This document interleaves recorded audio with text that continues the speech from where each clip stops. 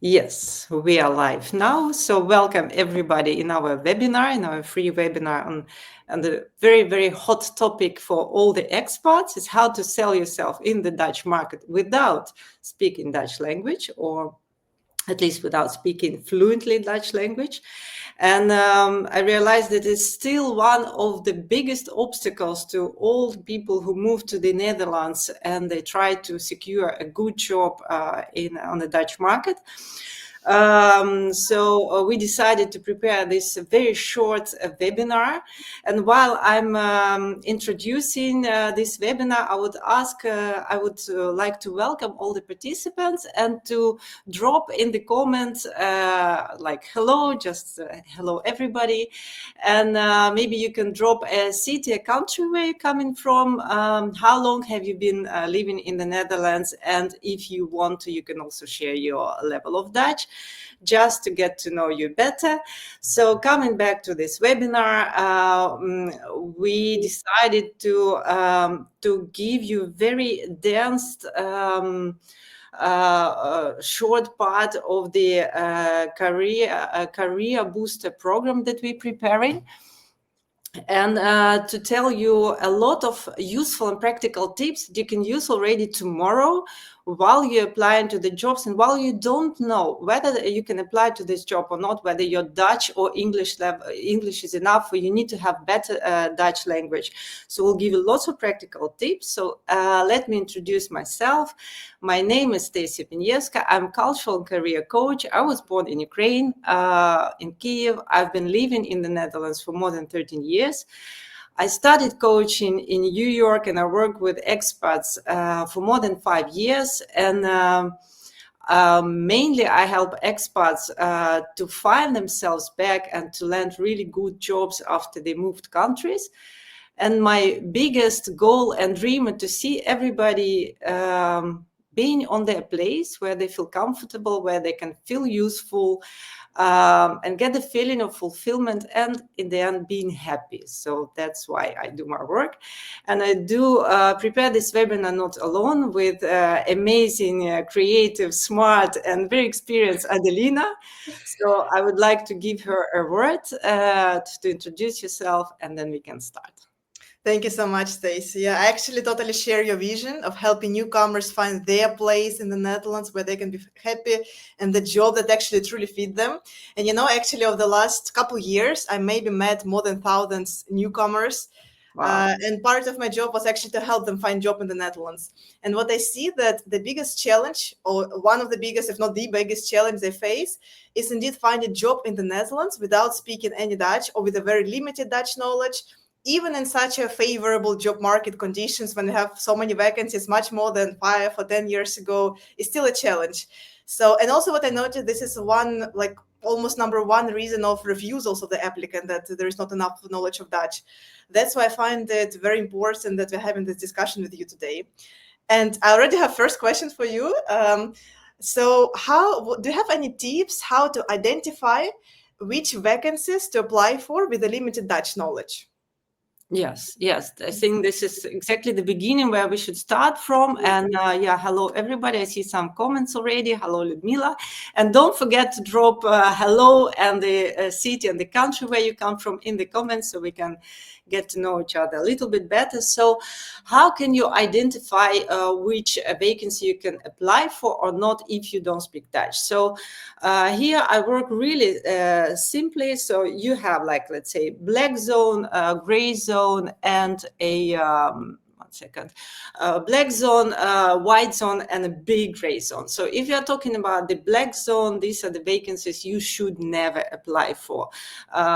Think about the jobs like being a surgeon, or working as a notary, where you need to work with Dutch documents and Dutch law. think about police, think about Dutch English teachers. So just don't even waste your time and forget about them. Eliminate black zone. Then you have a white zone. This is a paradise for all the expats. International companies, high-tech companies, everybody who welcomes, loves expats. You know those companies way better than I do, so apply there without any doubts. So, but there are millions, literally millions of other vacancies that reside in the gray zone.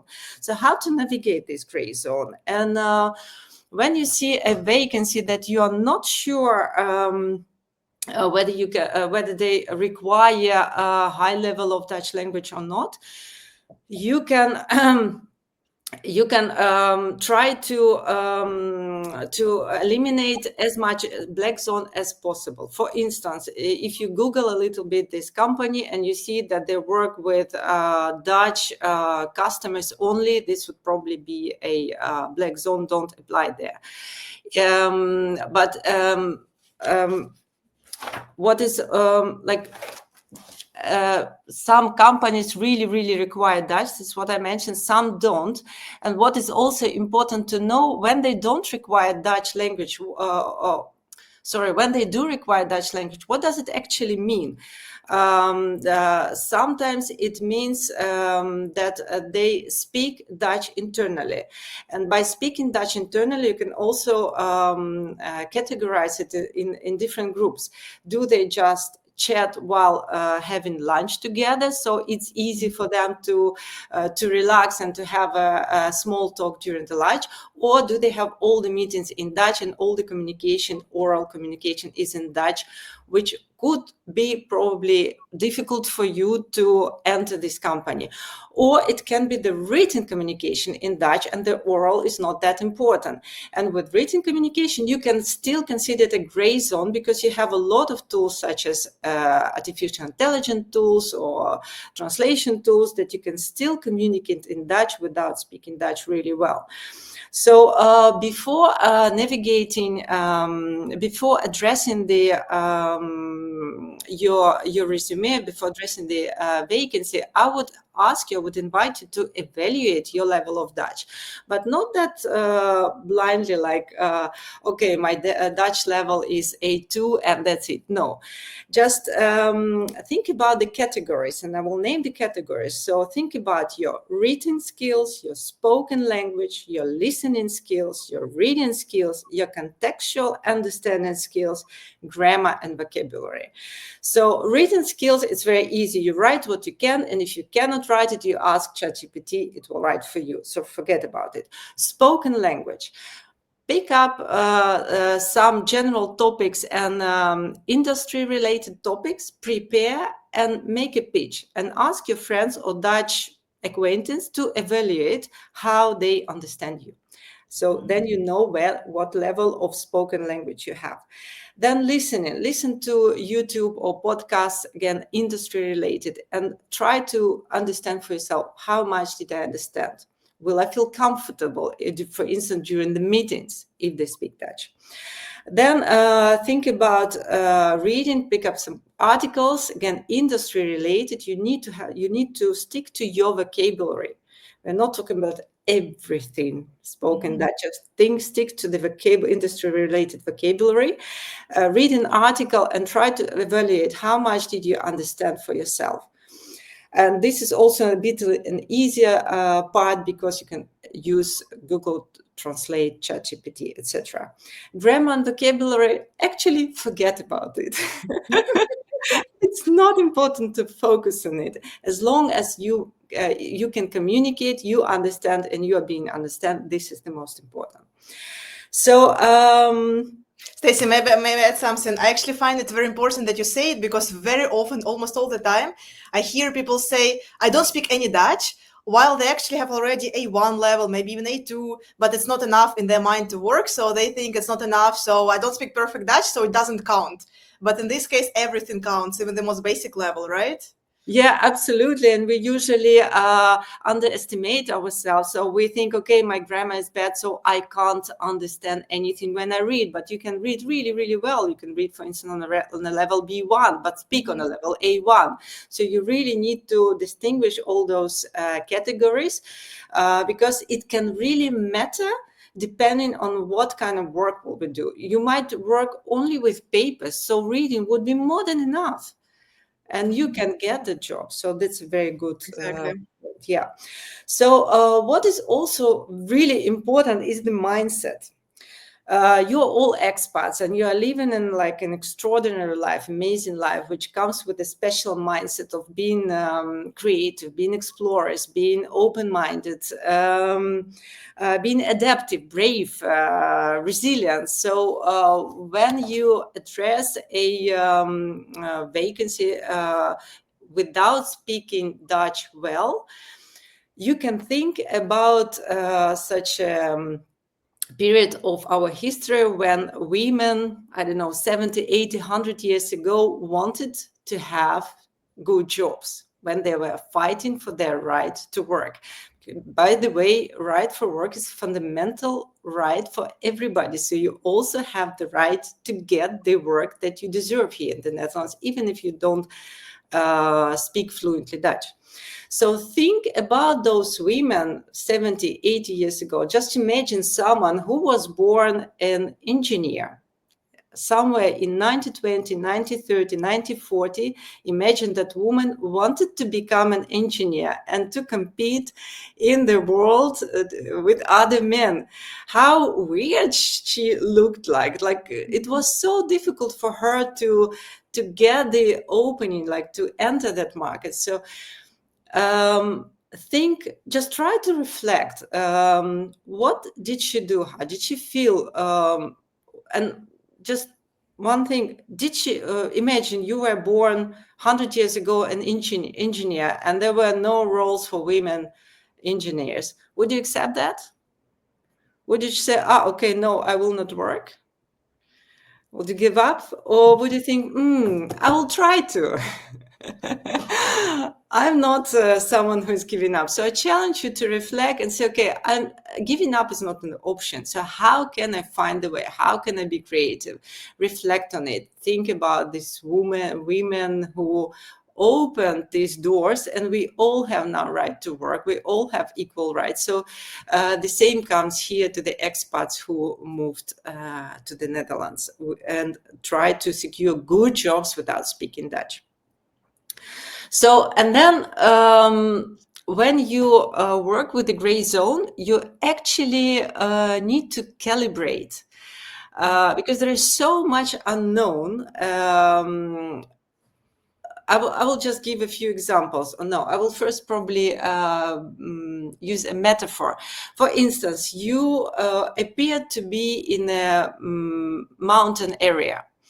On an altitude of 2,000 meters, where weather changes rapidly, unexpectedly. You lived, let's say, some at other place, and you used to rely on a weather forecast. So you are there in the mountains, you open the weather forecast, you check the air temperature, check the precipitation, you check the wind, you go out, and then the weather changes, or it feels colder or warmer, or you get wet, or the rain suddenly comes and it was not predicted. So every time when you go out, you check the forecast, but you also get ready that it can change or it can be different than you think. So by doing it day by day, you get ready. So you prepare your wind check, your waterproof jacket, maybe warm socks, you take warm drinks with you. So every time you go out, you're prepared. That you don't know what you will come across, but you can stand a lot. Sometimes you will interrupt your walk because it will be really bad weather and you have to go back. But sometimes, despite all the conditions, you will reach the top of the mountain. So same here, working with gray zone here in the Netherlands, in the job market, needs calibration. So what do you need to pay attention for? So when you open the vacancies, let's say on LinkedIn, first thing you check is language requirements. If you see that it's really written only native Dutch speakers, forget about it. It's your black zone. You know what you can also do? You can also kind of play a game. Let's say give red and green flags for when you analyze or when you calibrate the vacancy. For instance, only native Dutch speakers, it's a red flag. You forget about it. Or they say Dutch language required. It may be not completely a red flag. So what you can do next, you can check the website and see if the website is only written in Dutch or it has also an English version. So it can be a green flag. Then when you check the website, you also check the audience, the customers that this company works with. If the customers are only locals, local Dutch, so probably it's a red flag. Yeah, there can be some gray zones, but most likely it's a red flag. But if the company also works internationally, or you don't see that it's Dutch audience only, you can still apply. If the vacancy is written in English, but it requires Dutch, I would say apply just to try out. Check the geography where this vacancy is allocated. If the vacancy is based on the bigger cities, the chance is bigger that English would be enough. If the vacancy is located in a rural area or in very remote area, most likely it's Dutch spoken, yet they have labor shortage there.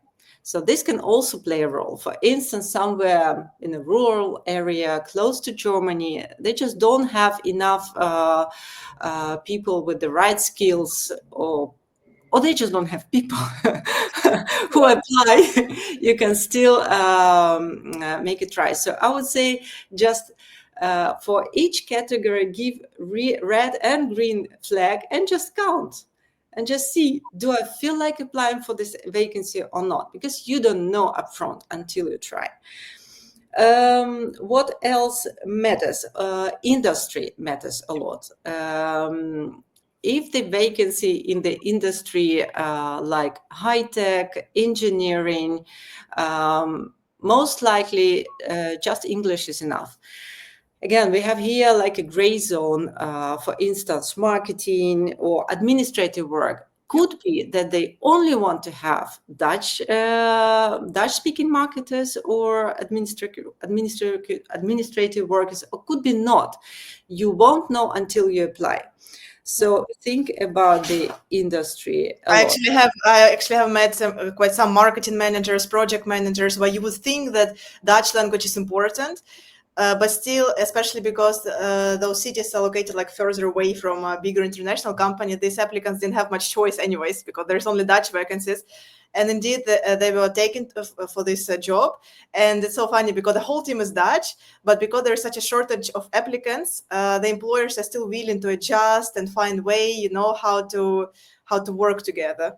So it is definitely possible, and it happens, yeah.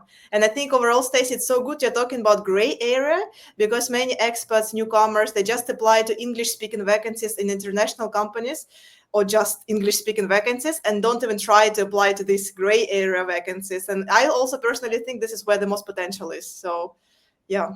Yeah, I agree. That's a very good comment. And when you apply, for instance, you apply in a smaller city where you think that they only want Dutch-speaking candidates. But just imagine you apply and maybe 2 or 3 people apply. So you are competing with this group of people, and those people might miss hard skills, and you have those hard skills.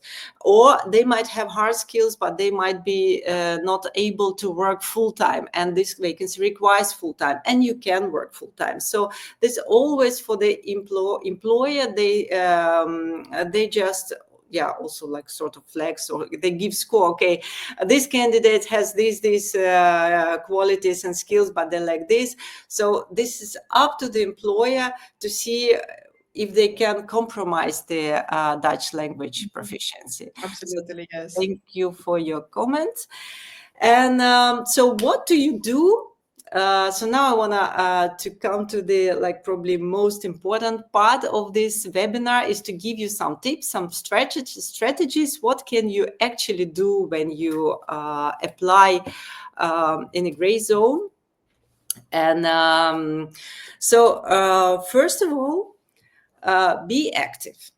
This is the mind. Be active and proactive.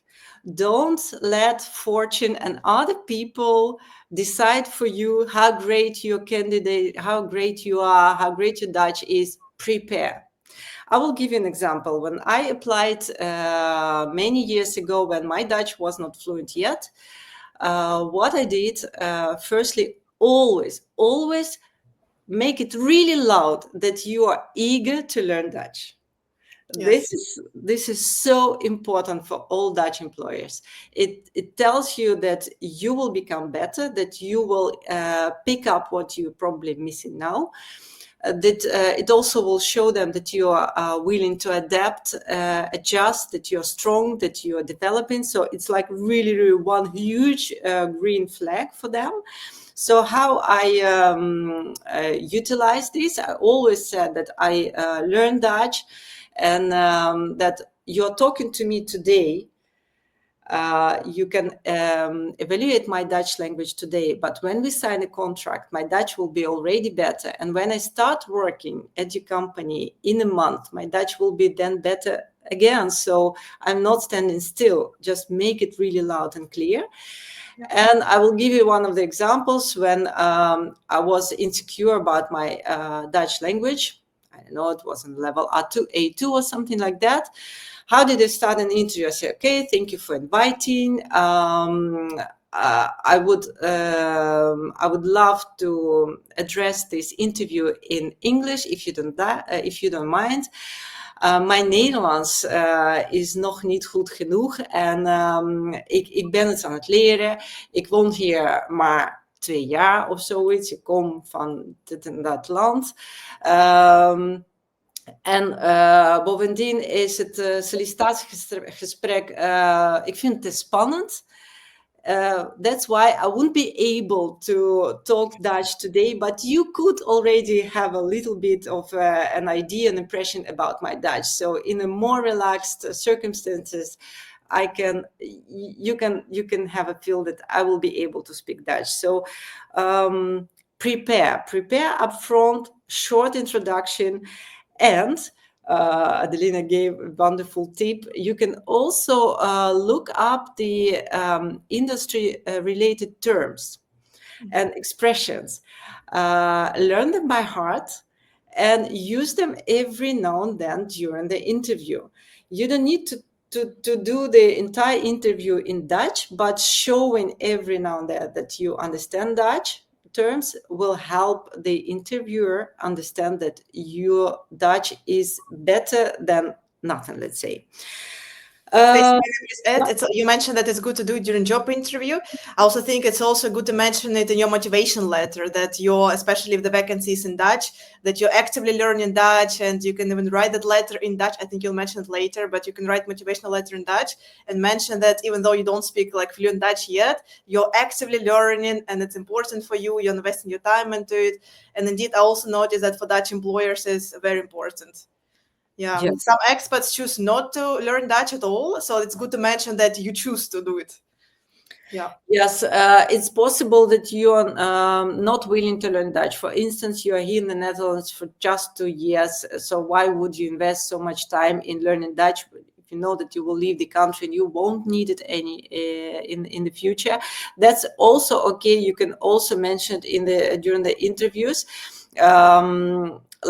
Being an expat living here for more than 13 years, I've noticed how important for Dutch people to know that they are liked, that their home is nice, and when expats, newcomers show that I so much like to be like you, to understand you better, to speak your language, that you don't have to give so much effort to welcome me. I would also like to pay you my part.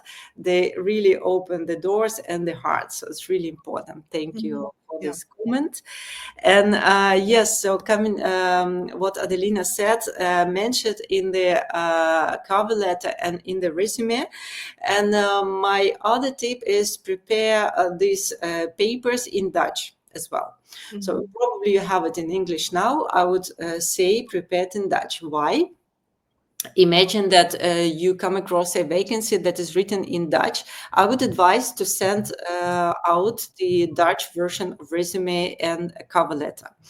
You only do it in case you have a little bit of Dutch. If you don't speak any Dutch, don't do that. So you can say, but how can I prepare this Dutch resume? It seems that such a difficult job. No, there are a lot of tips and tricks how to make it very easily. And if you like, you can join our Expert Career Boost program that we start in a few weeks, where it will talk about a lot of different tips how to actually get the damn job. How to create an amazing CV as well, because there is also lots of ways to do it. Yeah, exactly. So how to prepare very good Dutch CV? Just use ChatGPT. Just drop it, your English version, and within no time it will create an English resume and English cover letter that you can send around. And when you are called or when you're invited, you can clarify already. Or it's even better if you call proactively.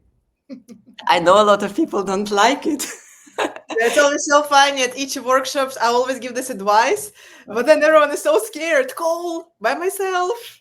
It's so scary. Yes, yes, it is scary. Let's admit it is scary. Yes, especially if probably they will expect you speaking Dutch and you are not yet speaking Dutch well. But firstly, it depends on how bad you want this job. I speak for myself. When I was not really, how to say, when I was not in the position, when I really need this job, I didn't call. I found it too scary. But when I had to find a job, oh my God, I was unstoppable. I didn't care. I was so impatient. Okay, but tell me quickly. Tell me now, what do you need? Do you really need that Dutch at level B2 or C1 or not? Don't waste my time. So something So like that. basically, it's normal if you see a number in the vacancy, you can just call and ask how badly they need that high Dutch level, or if it's good, if it's a bit lower, right? Yeah, It's exactly. normal. So when you are being an expat and you calibrate and you're exploring this, you need feedback. This is what I'm always telling a lot. You need feedback. You need to know how to fit this job market. So you need a personalized feedback, not a general feedback. And this is what a lot of people suffer from. They get a rejection, low level of Dutch. But what does it mean? I will give an example. I once had a client whose English was fluent, but he was speaking so unclearly, so no one could understand him like this. And then after, I actually dared to tell him, okay, your Dutch or your English is fluent, but I really can't understand you. And he received it well, and then he started to practice. He did these exercises, what actors do, to improve articulation. And then people could follow him and could understand what he says. So it was a very valuable tip. So maybe your Dutch is good, but you cannot show it well in the resume, or maybe you show it lower than it actually is. So you really need to have a talk and a personalized feedback to understand where you stand at. And remember that a resume is just a foot in the door. So if you doubt about your Dutch language, but you still have a little bit of Dutch, just create a Dutch CV and send it around. All right, let me see what else I have prepared for Yeah, you. also noticed, Stacey, that indeed it's very easy to give a reason that your Dutch is not enough. And indeed, this is the most common reason.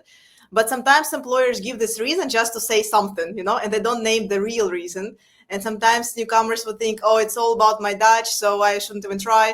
But sometimes it's, it may be about your communication skills, or your CV doesn't look the way it should look, not according to Dutch standards. Could be so many things that you can improve. And then it actually, and I've seen these examples as well, that you improve something else and your Dutch level is secondary after all. Yeah. So sometimes the real reason is something else, and employers are not, unfortunately, not always willing to name it. Yes, yes, it's a very good comment. And um, the quicker you get the real reason, the quicker you get that damn job, right? Yes. So what else I would like to advise you while you are navigating the job search? So when you have a chance to interact with the future employer, try to challenge them, try to stretch their mindset. For instance, when they say, okay, this vacancy requires Dutch, ask them, what level of Dutch? What for interactions will I be dealing with? Will I have to talk with really Dutch customers? And it's absolutely not possible to use English, or is it only with my colleagues? Or like really challenge and prepare the arguments. Adelina, you told me about one of your clients. Maybe you can tell us what Yeah. strategy. Actually, it's all about preparing your arguments beforehand and be willing to discuss it. Because what I noticed as well, Dutch employers very often they really don't know, they want to take you, but they think it's going to be a problem.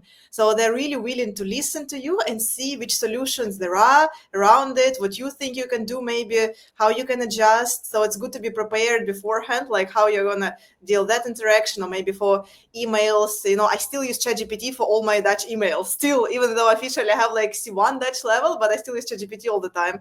So this is absolutely no problem if you don't speak any Dutch yet. So you need to be willing to explain how you're going to approach work tasks with the limited Dutch language.